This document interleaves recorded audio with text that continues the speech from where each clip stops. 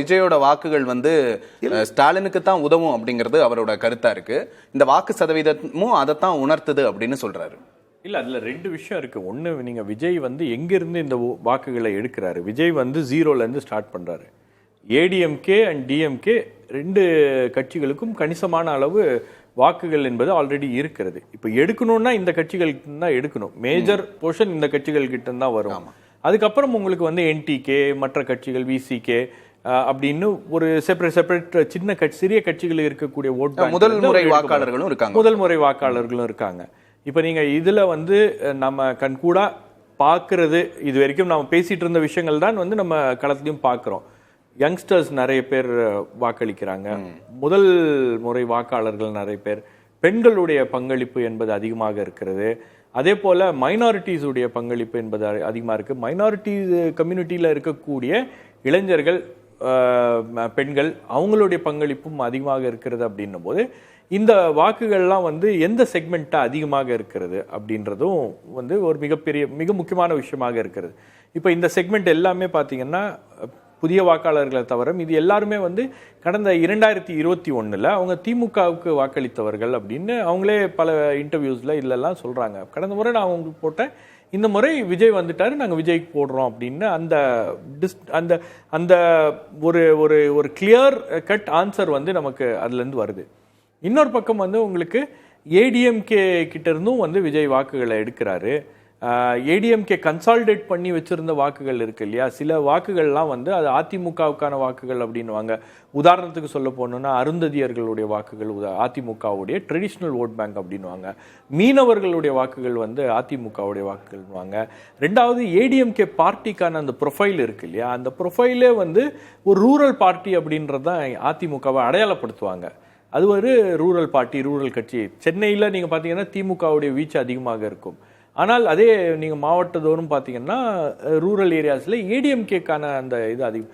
அப்போ ரூரல்லையும் வந்து விஜயோடைய பெனிட்ரேஷன் அதிகமாக இருக்கிறது, விஜயோடைய வீச்சு என்பது அதிகமாக இருக்கிறது. அப்படின்னும் போது இரண்டு இடங்கள்லேருந்தும் விஜய் வாக்குகளை எடுக்கிறார். ஏடிஎம்கே வந்து பல துண்டுகளா உடைஞ்சது. ஏடிஎம்கேல நிறைய பிரச்சனைகள் இருக்கு. ஏடிஎம்கேவோட வாக்குகள் விஜய்க்கு போகுது அப்படின்னு சொல்றதுல ஒரு அக்செப்ட் பண்ணிக்கலாம் அப்படின்னு வச்சுக்கிட்டாலும், ஸ்ட்ராங்கா இருக்கிற திமுகவோட கோர் ஓட்ஸ் ஏன் போகணும்னு நினைக்கிறீங்க? இல்ல, அது உங்களுக்கு அதிருப்தி வாக்குகள். நான் ஏற்கனவே சொன்னேன்ல, ஸ்ட்ராங்கா இருக்கிற ஓட்ஸ் வந்து இந்த தேர்தலில் உங்களுக்கு வந்து ஒரு தேர்ட் ஆப்ஷன் ஒன்று வரும்போது, அந்த தேர்ட் ஆப்ஷன் வந்து ஒரு பொட்டென்ஷியலான ஒரு நல்ல தேர்ட் ஆப்ஷனாக இருந்தால் மக்கள் வந்து கன்சிடர் பண்ணுவாங்க. அதுதான் வந்து நம்ம இது வரைக்கும் பார்த்த ஒப்பீனியன் போல்ஸில் மற்ற விஷயங்கள் எல்லாம். நீங்கள் கட்சி ஆரம்பித்து முதல் தேர்தல்லையே விஜய்க்கு முதல்ல என்ன சொன்னாங்க, 8% தான் வரும்னுவாங்க. ஒரு விஜயகாந்த் மாதிரி ஒரு இம்பாக்ட் இருக்கும் அப்படின்னாங்க. அதுக்கப்புறம் அந்த 8 வந்து 10 மாறுச்சு. அப்புறமா அந்த 10 12 மாறுச்சு, 17 இல்ல, ஒரு ஒப்பீனியன் தானே. ஒரு ஒப்பீனியன் போல இந்த நம்பர்ஸ் வருது. இப்போ வந்து விஜய் 20 கிராஸ் பண்ணுவாரு, அவர் 22 வருவார், 25 வரைக்கும் வருவதற்கான வாய்ப்புகள் இருக்கு அப்படின்னு சொல்லும் போது கிராஜுவலா உங்களுக்கு வந்து ஏதோ ஒரு இடத்துல அந்த இம்பாக்ட் இருக்கு அப்படின்றதான களத்துல இம்பாக்ட் ஃபீல் பண்றாங்க. இந்த அரசாங்கத்தின் மீது ஒரு ப்ரோ இன்கம்பன்சி இருக்குன்னு நம்ம சொல்லிட முடியாது. நீங்கள் எந்த அரசாங்கத்தின் மீதும் ப்ரோ இன்கம்பன்சி இருக்கு அப்படின்றதே வந்து ஒரு என்ன சொல்றது, ஒரு ஆங்கிலத்தில் சொல்லுவாங்க ஆக்சிமரான்வாங்க. நீங்கள் வந்து இந்த ரெண்டு விஷயங்களையும் பொருத்தி பார்க்க முடியாது அப்படின்வாங்க. நீங்கள் ஒரு அரசாங்கம் அப்படின்னா அந்த அரசாங்கத்தின் மீது அதிருப்தி இருக்கும். அந்த அதிருப்தியோட அளவுகோல் என்ன அப்படின்றத பார்க்கணும். தமிழ்நாடு சட்டமன்ற தேர்தல் களம் சூடு பிடித்திருக்கிற நிலையில் விறுவிறுப்பான வாக்குப்பதிவு என்பது நடைபெற்றுக் கொண்டிருக்கிறது. நாம் தற்போது திரையில் பார்க்கிறோம். இந்த நேரம் வரை 54.58% வாக்குகள் என்பது 1 மணி நிலவரப்படி பதிவாகி இருக்கிறது என்பதை நாம் பார்க்கிறோம். வாக்குப்பதிவு என்பது கடந்த 2021 தேர்தலை விட அதிகரிச்சிருக்கு அப்படிங்கிறத பார்க்கிறோம். ஒவ்வொரு சுற்றுலையுமே அந்த வாக்கு பதிவு சதவீதம் அப்படிங்கிறது அதிகரிச்சுக்கிட்டே போகுது அப்படிங்கிறத நம்ம பார்க்கலாம். நம்ம தொடர்ந்து விருந்தினர்கள்ட்ட பேசலாம். திரு ரவீந்திரன் துரைசாமி, கடந்த தேர்தலில் நிறைய தொகுதிகளில் அந்த வின்னிங் மார்ஜின் அப்படிங்கிறது ரொம்ப சொற்ப வாக்குகள், ரொம்ப குறைவான வாக்குகளுக்குள்ள இருந்ததை பார்க்க முடியுது. இந்த தடவை வாக்கு சதவீதமும் உயர்ந்துகிட்டே போகுது. அது இந்த தடவை எப்படி இருக்கும்னு நினைக்கிறீங்க? அதாவது தமிழக அரசியல் வந்து ஆரம்பத்திலிருந்தே காமராஜ் வெர்சஸ் ஆன்டி காமராஜ்னால அதர்ஸ்ன்னு எடுத்துடுங்க. ஆன்டி காமராஜ் எல்லாம் 67 ஒன்னா சேர்ந்து காமராஜை தோக்கடிச்சாங்க. அதே மாதிரி இன்னைக்குள்ள தமிழக அரசியல் MK Stalin alliance versus others தான். ஸ்டாலின் எம்ஜிஆரை தாண்டி போயிட்டாரு, ஜெயலலிதாவை தாண்டி போயிட்டாரு. இன்னைக்கு ஊன்றுகோலாட்டு ஓட்டு இதுக்காக ஸ்டாலின் விஜய் எடுத்திருக்காரு. ஊழல்வாதிகள் எம்ஜிஆரையும் ஜெயலலிதாவையும், இவங்களெல்லாம் ஸ்டாலின் தாண்டி போயிட்டாரு. இந்த தொடர் வெற்றி வேற யாரும் அடையல. 45 விழுக்காடு வாக்குகள் வந்து ஸ்டாச்சுரேட்டட் ஓட்டாட்டு 3 முறை ஸ்டாலினுக்கு விழுந்திருக்கு. 45னா ஒருக்கா 53, ஒருக்கா 45.5, ஒருக்கா 47. கடந்த மக்களவை தேர்தலில் கூட நான் சொன்னேன் 48 விழுக்காடு வருவாருன்னு, 47 வந்தாரு. 35 இடங்கள் ஜெயிப்பாருன்னா 39 ஜெயித்தாரு. இப்பவும் அவர் 47 விழுக்காடு வாக்கெடுத்தவர். தேமுதிக கேப்டன் விஜயகாந்த் சிம்பதி 2011 ஜெயலலிதா முதலமைச்சராக காரணமாக இருந்தவர், அவரோட சிம்பதி அதில் உண்டு 2.7 விழுக்காடு வாக்கு. அமைப்பு பலம் உள்ள SDBI முத்திரையர் சமூகத்தோட பிரதிநிதியா வீரமுத்திரையர் பேர் வேணும் ஆளு அரசை எதிர்த்து போராடின KK செல்வகுமார், அகமுடையார் சமுதாய பிரதிநிதி பாப் கருணாஸ், இப்படி மைக்ரோவா எல்லாரையும் நினைச்சு ஒரு 51 விழுக்காடு வாக்கு பலத்தோட உள்ள ஒரு தலைவராட்டு, கலைஞர் மாதிரி எதிர்ப்பு இல்லாத ஒரு ஆட்டு. சிலவங்க காலங்காலமா 67 இருந்து எதிர்த்துட்டு இருப்பாங்க, அது நெக்லிஜிபிள், அவங்கள விட்டுறலாம். எதிர்ப்பு இல்லாத ஒரு ஆட்டு ஒரு உயரிய பொசிஷன்ல ஸ்டாலின் இருக்கிறாரு. நிச்சயமா நீங்க சொல்றது சரிதான். ஆனா விஜய் தன்னை MGR அப்படின்னு கிளைம் பண்றாரு. எம்ஜிஆரே ஊழல் பெருச்சாளி, சாராயவர்களை கல்வி தந்தையாக்குனாரு, நீ என்ன ஊழல்வாதிய சொல்றன்னு சீமான் அடிக்கிறாரு. அது ஊடகத்துல வரல, பட் சீமான் உடனே ஓங்கி அடிக்கிறாரு. எம்ஜிஆர் மலையாளி, ஜாதி வாரி கணக்கெடுத்தா மேனன் எவ்வளவு தெரிஞ்சிருன்னு, தமிழ் சமூகங்களுக்கு துரோகம் பண்ணாருன்னு சொன்னார். ஊடகத்துல இதுவரை கருத்து கணிப்புல இடம்பெறாத சீமான் தான் வாக்க நிரூபிச்சிருக்கிறாரு. 2021 கமலஹாசனை தான் பெருசா சொன்னாங்க, 2021 டிடிவி தினகரன் தான் பெருசா சொன்னாங்க. சீமான கருத்து கணிப்பில வைக்கல, அவர் தான் 2 வரை தாண்டி 6.5 விழுக்காடு வாக்கெடுத்தார். ஆனா விஜய மக்கள் சீரியஸா கன்சிடர் பண்றதா நீங்க நினைக்கலையா? விஜயகாந்த காட்டிலும் இந்த கான்செப்ட் சீமான் கருத்து கணிப்பை முறியடிச்சிருக்கிறார். கடைசியா 4வது வாராரு 2 விழுக்காடு தான் சொன்னாங்க, அவர் 8 விழுக்காடு வந்திருக்கிறார். இப்போ சீமானோட அரசியலே விஜயோட அரசியல் சந்தர்ப்பவாதம், பச்சுவந்தித்தனம், ஊழலுக்கு துணை போறதுன்னு அடிக்கிறாரு. இலவசங்களுக்கு எதிராக சொல்லிக்கிட்டு இலவசத்துக்கு ஆதரவா நிற்கிறதாட்டு விஜய குற்றம் சாட்டுறாரு. பிராண்டி விஸ்கிக்கு ஆதரவா நிற்கிறதாட்டு சொல்றாரு, நான் கல்லுக்கு ஆதரவா நிற்கிறேன்னு ஓங்கி சொல்றாரு. கூட்டணி அரசியல்ல தனிச்சு நிற்கிறதுக்கு துணிச்சல் இல்லாம காங்கிரஸ், உண்மையான காங்கிரஸ் எங்கிட்ட இருக்குன்னு சொல்றாரு. சீமான் காங்கிரஸ் இனத்தை அழிச்ச கட்சின்னு சொல்லிக்கிட்டு நான் கன்சிஸ்டண்டா நிற்கக்கூடியவங்கிறதுக்காக 29லயும் தனிச்சு போட்டிடுவோங்கிறத சீமான் டிக்ளேர் பண்றாரு. ஸோ சீமான் ஃபேக்டரும் வந்து ஒரு சைலண்ட் ஃபேக்டர். நான் கருத்து கணிப்புல வந்து விஜயால சீமானுக்கு வாக்கு குறையும்னு சபீர் சொல்றது கருத்து கணிப்புல வருதுங்கிறத நான் மறுக்க வரல. பட் ரிசல்ட்ல வந்து 2 தடவை டிஸ்ப்ரூவ் பண்ணியிருக்கிறாரு சீமானுங்கிறது, நாம அதை மறுத்துக்கிட்டு பேச முடியாது. சீமான் ஃபேக்டரை வந்து இக்னோர் பண்ணிட்டு பேசுறது அது கில்லிங் இன் சைலன்ஸுக்கு சமம். ஸோ இந்த இடத்துக்குள்ள விஜய் ஃபேக்டரை நான் மதிக்கிறேன்.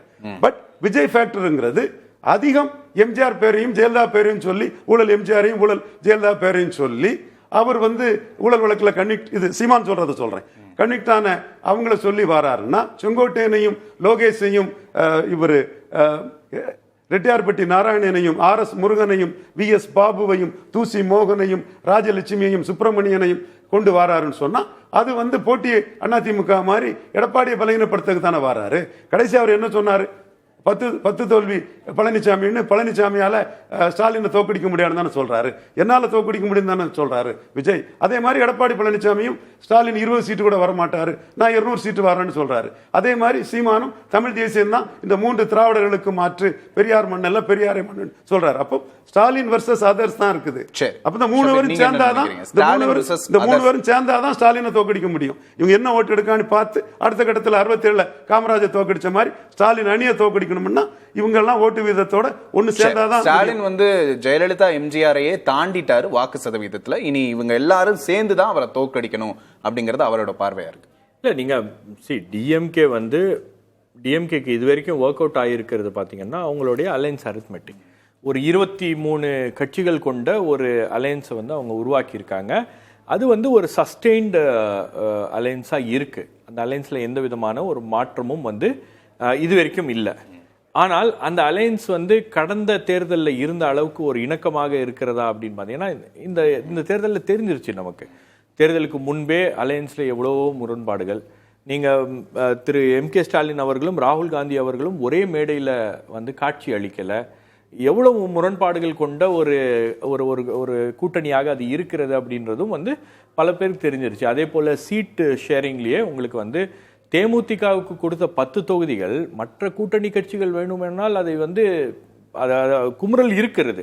ஆனா வெளியே சிரிச்சுக்கிட்டு இருக்காங்க. பல பேர் அதை வெளியவும் சொல்லியிருக்காங்க, தேமுதிகவுக்கு இவ்வளவு தொகுதிகளை கொடுத்தது வந்து எங்களுக்கு ஏற்புடையதல்ல அப்படின்னு கூட சில தேர்தல்ல அது தெரியல சார். வாக்கு சேகரிக்கும் போது திருமாவளவனும் பிரேமலதாவும் இல்ல இதெல்லாம் அவங்க போறாங்க. பட் உங்களுக்கு அங்க கீழே களத்துல வேலை பார்க்கும்போது இது எல்லாம் வந்து தேர்தல்ல ஒரு இம்பாக்ட கிரியேட் பண்ணியிருக்கு. நீங்க ஆரம்பிக்கும் போது வந்து திமுக வந்து ரொம்ப பெரிய அளவுல அவங்க வந்து ரொம்ப ரொம்ப ஸ்ட்ராங்கா இருந்த மாதிரி ஒரு தோற்றத்தை அவர்கள் ஏற்படுத்தினார்கள். ஒரு பெர்செப்ஷன் அவங்க கிரியேட் பண்ணாங்க. அது ஒரு ஒரு தேர்தலுக்கு தேவையான ஒரு பெர்செப்ஷனை அவங்க கிரியேட் பண்ணாங்க. ரெண்டாவது எல்லாத்தையும் அவங்க பிளான்டா பண்ற மாதிரி ஒரு தோற்றம் என்பது இருந்துச்சு. ஆனால் திமுக போட்ட அத்தனை திட்டங்களும் வந்து அவங்க பர்ஃபெக்டா இம்ப்ளிமெண்ட் பண்ணியிருக்காங்களா, எக்ஸிக்யூட் பண்ணியிருக்காங்களா அப்படின்னு பார்த்தீங்கன்னா அந்த எக்ஸிக்யூஷன்ல பல்வேறு பிரச்சனைகள் அப்படின்றது வந்திருக்கு. திமுகவுடைய கேம்பெயின் வந்து ஆல்ரெடி பீக் ஆயிருச்சு. திமுகவுடைய கேம்பெயின் பீக் ஆனதுன்னே அந்த எலெக்ஷனுக்கு ஒரு வாரத்துக்கு முன்னாடி ஒரு டிராஸ்டிக் சேஞ்ச் இருக்கு அப்படின்னு பார்க்குறேன். நீங்க எலெக்ஷனுக்கு ஒரு வாரத்துக்கு முன்னாடி தான் வந்து விஜயுடைய கேம்பெயின் பிக்கப் ஆகுது. விஜய் வந்து பல்வேறு பகுதிகளுக்கு போறாரு. அதுக்கப்புறம் அவர் வந்து நந்தனத்துல வந்து முடிக்கும் போது அந்த லாஸ்ட் அந்த கடைசி ஒரு வாரம் விஜய் பேசவே இல்லையே. பேசல, லாஸ்டா பேசினார் பாருங்க. அந்த ஸ்பீச் வந்து ஒரு பெரிய தாக்கத்தை ஏற்படுத்தி இருக்கு. அதுதான் வந்து அவருக்கான ஆதரவாளர்கள், அவளுக்கு வாக்களிக்க வேண்டும் அப்படின்னு நினைக்கக்கூடியவர்கள்லாம் ஆல்ரெடி டிசைடட். பட் அதுக்கு மேல இருக்கக்கூடிய அந்த ஃபென்ஸ் சிட்டர்ஸ் இருப்பாங்க இல்லையா, போடலாமா வேணாமா அப்படின்ற அந்த வாக்காளர்களுக்கெல்லாம் வந்து ஒரு கிளியர் வந்து ஒரு கிளியர் முடிவு எடுக்கிறதுக்கான ஒரு வாய்ப்பாக அது அந்த ஸ்பீச் அமைஞ்சுன்னு பாக்குறேன். நீங்க அந்த ஒரு ஸ்பீச்லயே விஜய் அவங்களை கன்வின்ஸ் பண்ணிட்டாரு இல்ல? உங்களுக்கு அந்த கேட் ஆன் த வால் அப்படின்னு இருப்பாங்க இல்லையா, ஃபென்ஸ் சிட்டர்ஸா இருப்பாங்க, இதுக்கு போடலாமா வேணாமா அப்படின்னும் போது அந்த ஸ்பீச்சை வந்து பல பேர் வந்து ரசிச்சு அந்த ஸ்பீச்சை வந்து வரவேற்று பல பேர் மாறி இருக்கிறார்கள் அப்படின்றதும் வந்து நமக்கு வரக்கூடிய தகவல் பேசும்போது நமக்கு தெரியுது. நீங்க உங்க ஃப்ரெண்ட் சர்க்கிள்லயே பேசுனீங்கன்னா ஒரு டிவைட் அப்படின்றது ரொம்ப கிளியரா இருக்கு. நீங்க வந்து 5 பேர் வந்து திமுக அப்படின்னா அதுல 5 பேர் வந்து தாவேகா அப்படின்றாங்க. அந்த டிவைட் வந்து ரொம்ப கிளியரா இருக்கு. நீங்க பலரும் வந்து என்ன சொல்லிட்டு இருந்தாங்க, ஏடிஎம்கே ஒரு 3 கார்னர் கண்டெஸ்ட் அப்படின்னு. பட் அது வந்து க்ளோஸ் ஆக அது என்ன ஆயிருச்சுன்னா ஒரு 2 கார்னர் கண்டெஸ்டாக அது மாறி இருக்கிறது. பல சர்வேஸும் அதுதான் சொல்லுது. நீங்க ஏடிஎம்கே உடைய டிக்ளைன் இருக்குல்ல, அதுதான் வந்து இந்த தேர்தலில் ஒரு மிக முக்கியமான ஸ்டோரியாக இருக்கிறது. ஏடிஎம்கேக்கான அந்த அந்த டிக்ளைன் அப்படின்றது, அந்த வீழ்ச்சி அப்படின்றது பலருக்கும் வந்து அது ஒரு மிகப்பெரிய ஆச்சரியத்தை ஏற்படுத்தி இருக்கு. ஏன் அதிமுக என்ற ஒரு கட்சி, ஒரு இன்ஃப்ராஸ்ட்ரக்சர் இருக்கு, ஒரு கூட்டணி இருக்கு, எல்லாமே இருந்து கூட அவங்களால வந்து மக்களுடைய நம்பிக்கையை பெற முடியாமல் போனதற்கான காரணம் என்ன? இப்போ ஆன்டி இன்கம்பன்சி, இந்த கவர்மெண்ட் மேல அதிருப்தி இருக்கு. இந்த அதிருப்தியை வந்து ஒட்டுமொத்தமாக அறுவடை செய்கின்ற ஒரு இயக்கமாக அதிமுக இருக்க வேண்டும். பட் அந்த ஸ்பேஸ்ல தொடர்ந்து விஜய் உள்ள வராரு அப்படிங்கும்போது அங்கதான் ப்ராப்ளம் வருது.